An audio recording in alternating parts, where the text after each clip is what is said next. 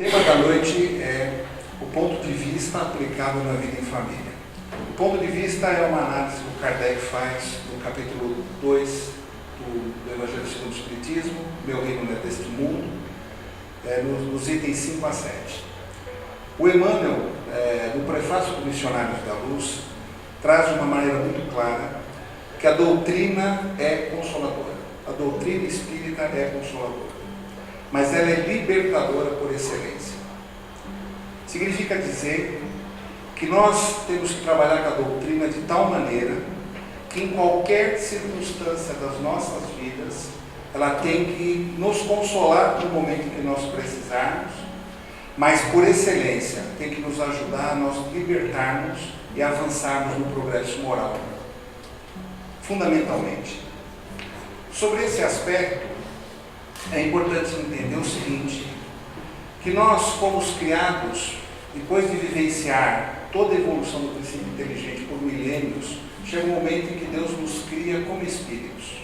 E nessa condição, que é o ponto de partida, pós essa evolução anterior, nas fases anteriores, nós somos criados simples e ignorantes. É assim que a doutrina nos traz, certo? Qual que é o nosso objetivo? Nosso objetivo é aprimorar, do ponto de vista moral e intelectual, e chegarmos no lado oposto da escala espírita, que é espíritos puros, dos quais Jesus é o nosso mestre guia. Tá certo? O que difere essa escala evolutiva? Na fase inicial, quando nós somos as primeiras encarnações, nós vamos habitar mundos primitivos. A nossa vida é 100% material. Não tem nada de moral no começo. Nós vamos começar a desenvolver a inteligência, vamos começar a desenvolver o livre-arbítrio, com o passar do tempo. Nós somos espíritos nessa condição, espíritos imperfeitos. À medida que nós vamos evoluindo nessa questão, nesses mundos, chega um momento em que nós já alcançamos a habilitação para ir para mundos de provas e expiações. Então, o nosso planeta Terra é um planeta de provas e expiações. Nós já evoluímos, porque nós fomos criados simples e ignorantes, vivenciamos nas ordens primitivas, aprendemos e conseguimos já estar na condição de espíritos imperfeitos ainda, mas já no planeta de provas e expiações. O próximo passo seguinte são os mundos regeneradores, onde nós vamos começar a deixar para trás as nossas imperfeições, para começar a galgar as coisas mais nobres para as quais nós fomos criados, que é para sermos felizes. Nós não vamos ser criados para sofrermos. Nós sofremos ainda em função da nossa imperfeição. É inerente. Mas à medida que nós vamos evoluindo, nós vamos deixando o sofrimento para trás. E vamos depois mudar para a nova escala, que é bons espíritos, na passagem para mundos felizes. E depois, posteriormente, com o passar do tempo, se aprimorando, nós vamos chegar no mesmo ponto que Jesus chegou. Jesus não fez nenhum caminho diferente do que nós estamos trilhando agora. Então a doutrina espírita traz isso de uma maneira tão clara para nós, que é um incentivo muito grande, porque a gente fala assim, não, mas Jesus está muito longe da minha fase. Realmente está, mas nós fatalmente chegaremos nessa situação, querendo ou não. Nós podemos protelar o nosso caminhar, mas necessariamente nós vamos alcançar essa fase, porque vai chegar um ponto em que nós vamos alcançar a necessidade de progredirmos cada vez mais, e nessa toada nós vamos chegar nesse limite. Agora, nessas fases, o que diferencia? Quando nós estamos na condição de espíritos imperfeitos, como nós estamos agora, o que prevalece? Prevalece a natureza material sobre a natureza espiritual. E prevalece o mal sobre o bem. Não que nós façamos o mal o tempo todo, mas prevalece, na maior parte dos habitantes do planeta Terra, o mal. E o mal, como que é esclarecido pela doutrina o mal? O mal é tudo que se afasta das leis divinas, ou das leis de Deus, que são representadas pelas leis morais do capítulo, da terceira parte do livro dos Espíritos. Então, se nós, e o que diferencia nós de bons espíritos, que é o nosso objetivo principal. Hoje todos nós, com raras exceções, talvez tenham bons espíritos aqui, no meu caso não é, com certeza. Mas o próximo objetivo nosso é bons espíritos. O que diferencia bons espíritos e espíritos imperfeitos? Prevalece a natureza espiritual sobre a natureza material, e prevalece o bem sobre o mal. E quando chega na condição de espírito puro, não existe mais interferência nenhuma da questão natureza corporal e, evidentemente, não existe mais mal nenhum. É só o bem e a natureza espiritual. Esse é o nosso trafegar. Se a doutrina é consoladora e libertadora, como Emmanuel coloca, e se aplica em qualquer circunstância da nossa vida, cabe a nós trabalharmos com a doutrina para que a doutrina traduza exatamente esses efeitos. Ela nos consola em todos os instantes, em todas as circunstâncias. Ela nos liberta. Liberta do quê? Liberta das nossas imperfeições, daquilo que ainda nos retém no campo da imperfeição. O que é imperfeição? É aquilo que a gente tem que transformar em virtude, do qual o amor é a fonte inesgotável. E enquanto que o egoísmo do outro lado é a fonte das nossas imperfeições. Então, se a doutrina para cada um de nós não servir para nos consolar em qualquer circunstância que nós vivenciarmos e não nos criar condições e nos habilitarmos para seguirmos adiante no progresso moral, alguma coisa está errada. E via de regra, o que está faltando talvez seja o nosso aprofundamento no conhecimento da doutrina espírita. Porque a doutrina não é fictícia, ela é real. E ela tem que ser encarada do ponto de vista prático. E por que o ponto de vista escolhido? Antes da gente entrar no ponto de vista aplicado na vida da família. Porque nós, apesar de sermos espíritas, estarmos trafegando dentro da doutrina, nos cursos, nos evangelhos, nas leituras, nós nos comportamos como seres humanos. Nós esquecemos que nós somos seres espirituais eternos. No cotidiano, na nossa vida rotineira, via de regra, com raros momentos, com raras exceções, nós nos comportamos como se a nossa vida material fosse o único móvel que nos envolve. Principalmente quando acontecem coisas que nos incomodam no dia a dia. Coisas que nos incitam à impaciência, à intolerância, à nossa intransigência, a nossa dificuldade de aceitar os pontos de vista diferentes dos nossos. Nessas situações, as nossas reações, via de regra, são totalmente automatizadas. Se eu sou um pavio curto e me dão uma fechada no trânsito, eu já abro o vidro para elogiar as 5 gerações anteriores do cidadão. Eu nem paro para pensar nesse momento que eu sou espírito eterno e que eu tenho os balizamentos da doutrina para me consolar e para me libertar. Nesse momento eu ajo completamente por reflexo condicionado. Isso mostra que essa interferência da vida material no nosso dia a dia, na nossa vida rotineira, é muito grande. E o que a doutrina nos concita? Para ela nos consolar, para ela nos libertar, e nós utilizarmos e trafegarmos dentro da doutrina do ponto de vista prático, nós precisamos começar a fazer o exercício de que nós somos seres espirituais momentaneamente encarnados. Isso faz uma diferença brutal, porque a partir do momento em que nós começamos no exercício, porque precisa fazer o exercício, porque nós não estamos acostumados a pensar dessa maneira. Se cada um de vocês avaliarem o dia de vocês, no dia de hoje, por exemplo, com certeza em vários instantes vocês reagiram de uma maneira automática, sem se lembrar que eram eventualmente espíritas ou que tinham algum conhecimento doutrinário. É papum, principalmente aquilo que nos incomoda e que nos faz reagir de uma maneira não agressiva necessariamente, mas uma maneira de se defender ou de uma maneira de se reservar.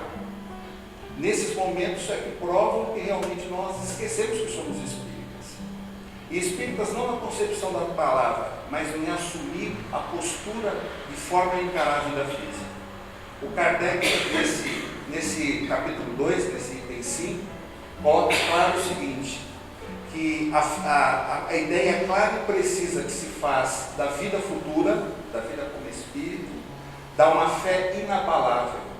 Fé essa que traz consequências significativas sobre a moralização dos homens seres humanos, não é? Porque muda completamente a forma como eles encaram a vida terrena. Isso tem que ter uma repercussão dentro de nós. Cabe a reflexão nesse sentido. Porque na realidade, se nós passarmos a fazer o exercício, não precisa fazer o exercício, isso não vem de graça, é uma conquista. Nós temos que nos exercitar, é como se tivesse um despertador a cada instante que acontecem as coisas, ele toca para nos lembrar que nós somos seres espirituais. E com o ponto de vista de ser espiritual, nós começamos a olhar todas as circunstâncias das nossas vidas de aspectos completamente diferentes. Sabe por quê? Porque a gente passa a considerar os princípios da doutrina, que nós somos seres espirituais que estamos momentaneamente encarnados, mas somos reencarnantes. E na condição de reencarnação, nós já vivemos antes e vamos viver depois. Que a nossa vida terrena tem uma certa duração. Que momentaneamente aquilo que nós estamos vivenciando na vida terrena vai passar. Ah, mas é difícil? Com certeza. É por isso que a doutrina tem que ser consoladora. Porque fácil não é. Se fosse fácil, Deus nos tinha criado perfeito como o Espírito puro. Por que Ele nos criou simples e ignorante para fazer todo esse trafegar? Então fácil não é. Por isso que nós temos que fazer o exercício. Porque se nós não fizermos os exercícios, de a cada instante que nós vivenciarmos as circunstâncias, lembrar que nós somos seres espirituais, nós vamos lembrar que nós já tivemos outras vidas, que determinados acontecimentos na nossa vida têm uma importância relativa, das quais muitas vezes a gente atribui como um divisor de águas, é da água para o vinho, né? Acreditando muitas vezes um valor muito acima daquilo que deveria ser. Muitas vezes, e é em função das nossas imperfeições, aquilo que nós trazemos ainda a trabalhar nos aprisiona, literalmente. Nós somos escravos dos ciúmes, somos escravos da vaidade, somos escravos do orgulho, somos escravos do egoísmo, porque eles nos dominam e nós temos que nos libertar. E nós não nos libertaremos se nós não usarmos a doutrina como aliado da nossa conduta. Então nós temos que usar a doutrina efetivamente como aliado. Nesse conceito, quando a gente pensa no ponto de vista que o Kardec traz, fazendo essa diferença de como a gente encara a vida física, nós vamos começar a olhar tudo aquilo que hoje nós convencionamos como problema, dificuldade. Isso é um problema sério, isso é uma dificuldade séria na nossa vida, independente da família ou não. Quando a gente começa a pensar como Espírito Eterno, a gente começa a olhar para as mesmas circunstâncias. Isso é uma oportunidade de aprendizado. E isso não é fictício, isso é real. É uma oportunidade de aprendizado. É uma oportunidade que está mexendo no meu orgulho, mexendo na minha vaidade, mexendo no meu egoísmo. E eu tenho que trabalhar isso. Como é que eu vou trabalhar isso se eu não estiver atento? Se eu não estiver desperto para entender que eu sou um ser espiritual e que o nosso objetivo maior é esse. Nós nos enfronhamos, nós mergulhamos tanto na vida terrena, na vida corpórea, que nós temos uma dificuldade enorme. Não é um ou outro, todos nós temos, porque todos nós somos mais ou menos imperfeitos. Nós temos uma dificuldade enorme de lidar com isso. E quando a gente pensa nessa condição que pode ser aplicada para a nossa vida, de usar a doutrina como uma aliada efetiva a nós, a ponto de nos movimentarmos de forma diferente, e muitas vezes nós vamos, no linguajar normal, pisar no tomate e cair, vamos, naturalmente nós somos imperfeitos, nós vamos errar, mas como Deus é soberanamente justo e bom, renova essas oportunidades para nós continuarmos no dia seguinte tentando de novo. E é nesse exercício constante que a gente começa a trazer a doutrina para a nossa vida diária.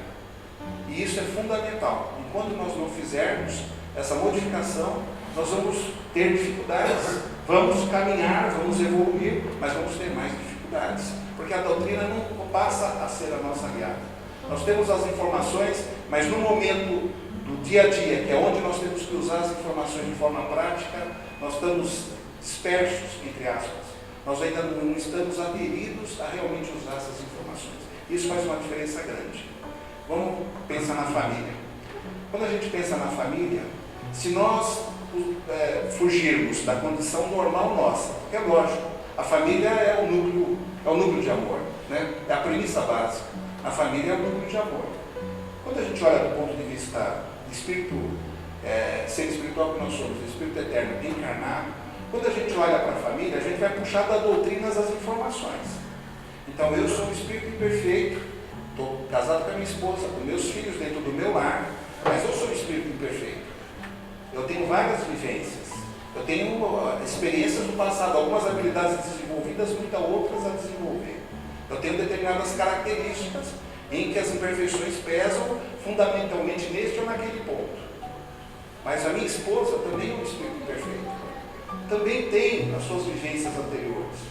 E assim por diante, nós vamos avaliando os filhos. Então, no contexto da família, essa condição por si só já teria que trazer uma tranquilidade para nós de enxergarmos as diferenças e aceitá-las sem muitas dificuldades. Porque todos nós estamos reunidos no mesmo contexto, com experiências e vivências, valores completamente às vezes diferentes. A gente sabe que dentro da doutrina traz o parentesco espiritual, em que nós temos dentro da família criaturas que já conviveram conosco anteriormente, que são simpáticas a nós e que vieram outra oportunidade junto conosco, muitas vezes nos ajudando.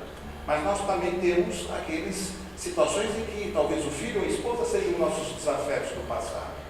E mesmo que tenha a bênção do esquecimento, que permite com que esse amor vá prevalecendo, é o exercício que Deus assim o quis, não é? Nós temos que vivenciar essas circunstâncias e nem sempre sabemos lidar com isso. E na realidade, muitas das vezes nós não sabemos o que aconteceu no passado para que Deus permitisse que nós estivéssemos juntos nesse sentido. Essas considerações, nós utilizando esse ponto de vista, nos faz pensar de forma diferente. Porque eu já não encaro as minhas dificuldades dentro da família como problemas. Eu já começo a encarar como oportunidades de aprendizado. E não é aprendizado para nós, é aprendizado compartilhado, todos aprendem. Quando a gente começa a pensar que todos nós tivemos um programa reencarnatório, nós não estamos aqui alheios. Vocês estão agora colocados nessa família e se virem. Não, todos nós temos um programa reencarnatório. Todos.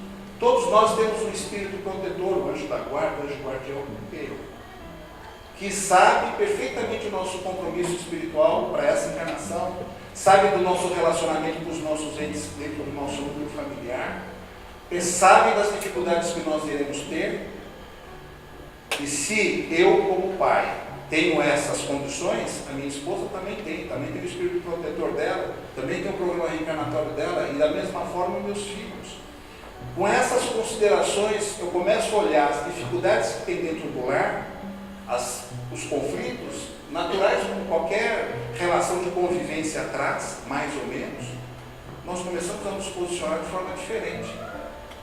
Porque se realmente existem todas esses postulados doutrinários e aplica para a vida física, para a nossa vida cotidiana, como é que eu não posso encontrar uma solução das dificuldades que nós estamos vivenciando? Se a intenção é nobre, se existem espíritos cuja missão é nos acompanhar para poder fazer com que o nosso programa reencarnatório vá adiante. Então nós temos que usar, são recursos que a gente tem. O Evangelho no Lar é fundamental, com certeza, é uma forma de harmonizar os tratamentos espirituais, vir na casa espírita, fazer curso, com certeza absoluta. Nós estamos motivando o conhecer da doutrina para aplicar na nossa vida prática. Mas nós temos recursos que estão disponíveis para nós. Um dos princípios da doutrina não é a comunicabilidade entre os planos. Não precisa ter uma mediunidade ostensiva. Mas se eu tiver uma situação interna dentro do meu lar, em que eu não estou conseguindo solucionar, eu vou marcar uma reunião durante o meu sono físico com meu filho, se for o caso, e eu gostaria que o mentor dele e o meu mentor estivessem juntos, para nós conversarmos, porque a intenção é superar, a intenção é ajudar, e eu entendo que a gente tem que respeitar o livre-arbítrio, cada um tem que andar pelas suas pernas, porque essa é a lei, ninguém anda pelas pernas de ninguém, e nós somos responsáveis só pelo que cada um de nós faz. Nós não somos responsáveis pelas atitudes dos outros, nós somos responsáveis com o que os outros fazem conosco e como eu lido com aquilo que chega para mim. Isso é outra prova inequívoca da justiça divina. Então, se a gente tem um recurso, por que a gente não usa? Outro recurso é, ao longo do sono físico, eu estou uma dificuldade com a minha esposa, ela dorme, eu vou sentar com ela, vou fazer minha prece, eu vou conversar de espírito para espírito. E vou dizer aquilo que eu entendo que eu preciso dizer. São recursos que a doutrina nos facilita. porque é uma realidade, não é fictício. São recursos que a gente usa. Então, quando a gente começa a encarar a vida do ponto de vista do Espírito eterno encarnado, muda radicalmente as nossas posturas. Porque chega um momento que nós ficamos incomodados com as nossas incoerências. Chega um momento que a gente começa a entender que eu insisti nessa postura que está, entre aspas, como automatizada dentro de mim, está causando problemas, está causando danos. E eu tenho como modificar o meu comportamento. Então eu volto de novo a colocar que é importantíssimo esse ponto de vista. Nós temos que, por exercício, temos que começar a praticar. Porque se nós permitirmos, nós continuaremos presos às condições de como se a vida terrena fosse a única coisa palpável em nossas vidas. Nós vamos continuar agindo dia após dia e a gente deixa o turbilhão nos levando e nós não conseguimos conduzir as coisas como poderíamos conduzir usando a doutrina como aliada nossa. Então não adianta só nós nos instruirmos. Nós temos que nos amar. E para nos amar em plenitude, nós temos a doutrina que nos carrega junto, que propicia nós começarmos a exercitar esse amor incondicional, que é o exemplo de Jesus, e nós chegaremos mais cedo ou mais tarde. Quando a gente pensa na família e começa a encarar desse ponto de vista, a gente começa a entender que há problemas que aparentemente parecem ser insolúveis. E nós vamos ver que se Deus é soberanamente justo e bom e permite que nós vivenciemos uma situação qualquer, que nós temos assim muita dificuldade para resolver, nós teremos que entender que é injusto. Se eu tenho que vivenciar uma situação que eu não consigo lidar, e muitas das vezes o lidar também é ser resignado, porque há um limite da nossa ação. Quando a gente não consegue ir mais à frente, o resignar-se é a grande postura. É a postura esperada que a doutrina nos traz. Mas até chegar a esse ponto, nós temos que lutar com todas as nossas forças para fazer o melhor. Nós temos que buscar recursos, todos os possíveis, desde ilícitos, para que a gente possa superar as dificuldades. Mas se Deus permite que nós vivenciemos qualquer circunstância que para nós é dolorosa, ou que para nós é muito pesada, é porque nós temos condições de lidar, e isso é uma oportunidade de aprendizado. Não é para nós sofrermos, não existe um Deus punitivo. Jesus trouxe isso com uma clareza enorme. Nós temos um Deus que nos ama profundamente e nos propicia de recursos para que nós possamos ir superando, ao ponto de alcançarmos uma fase evolutiva que nós não precisaremos mais expiar, nós não precisaremos mais sofrer. Então, quando eu penso dessa maneira, a gente lembra do Kardec. O Kardec tem um artigo na Revista Espírita de 1862, no mês de julho, é o ponto de vista também, e o Kardec conta uma peça de teatro que ele assistiu com 18 anos, em 1822, no Teatro Odeon, em Paris. O nome da peça era Os Efêmeros. Kardec tinha 18 anos, e tinha coisa para vivenciar para frente, principalmente na questão do educador, pedagogo que ele era. E ele disse que essa peça se transcorria num país chamado Os Efêmeros. E esse país, as criaturas viviam 24 horas somente. Mas nessas 24 horas de vida, eles saíam da condição de nascimento, passavam pela infância, passavam pela fase da adolescência, pela fase da juventude, pela fase da madureza, pela fase da velhice, pela fase da decrepitude e pela morte, em 24 horas. E, evidentemente, o público assistindo era tudo feito com velocidade, mas retratava exatamente o que é cotidiano da nossa vida. As coisas boas, como toda a vida tem, mas também as coisas conflituosas, as coisas em que um quer passar a perna do outro, as diferenças, as desavenças, as brigas, as confusões, e retratavam em 24 horas porque era o tempo de vida dessas criaturas. E teatro, a peça de teatro se movimentou dessa maneira, Allan Kardec com 18 anos. Então Allan Kardec relata na Revista Espírita que quando terminou essa peça, o público, né, espectador dessa peça, chegou à conclusão seguinte: os caras só têm 24 horas. Em 24 horas passa a vida deles toda muito rapidamente. E eles perdem tempo para brigar, eles perdem tempo para poder permitir que os conflitos existam, eles perdem tempo para um sobrepor o direito ao outro, e foram assim sucessivamente. Por que eles não tentam só a paz, já que é tão curta essa existência desse país efêmero de 24 horas? Então Kardec, 40 anos depois, na Revista Espírita, retrata que ele ficou extremamente impressionado com essa peça aos 18 anos. E que essa peça tinha um profundo conhecimento filosófico, porque na prática retratava a nossa vida terrena comparada com a nossa vida espiritual que é eterna. Então, nessa condição, era uma perfeita analogia. Então, se nós, na condição de espíritos, avaliarmos a nossa vida, nós temos que começar a avaliar do ponto de vista do que efetivamente tem valor.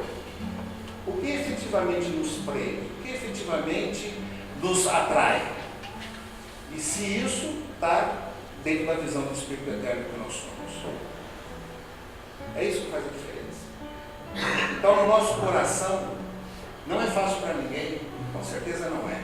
Mas se nós não iniciarmos um processo de renovação nesse sentido, nós não temos como modificar, porque o nosso condicionamento é muito grande. Então, o que nos cabe fazer? É fazer o exercício. Tem que ter alguma coisa que no nosso dia a dia nos desperte para nos lembrar que nós somos espíritos eternos. E nessa condição, o que a doutrina pode me ajudar em relação a essa circunstância que eu estou vivenciando? Porque, como o Divaldo fala nas palestras dele, nós somos responsáveis exclusivamente pelo que nós fazemos. O que os outros fazem é a responsabilidade dos outros. E essa, para mim, é a maior prova da justiça divina. Nós não carregamos nada dos outros. Nós temos que vivenciar em sociedade, porque a lei de sociedade é assim, porque um aprende com o outro, um soma com o outro. Mas nós não podemos nos responsabilizar pelas atitudes de ninguém, a não ser por nós mesmos. Então, nós não temos como usar escusas ou desculpas, no sentido de que eu tomei essa atitude porque o outro fez aquilo. Se o outro fez, é problema do outro. Se eu fiz, o problema é meu. Então eu espero que realmente isso seja válido para todos nós, que nos faça refletir e que nós possamos começar a viver como espíritos eternos momentaneamente encarnados. Porque a vida é extremamente curta, a vida é corpórea. Obrigado.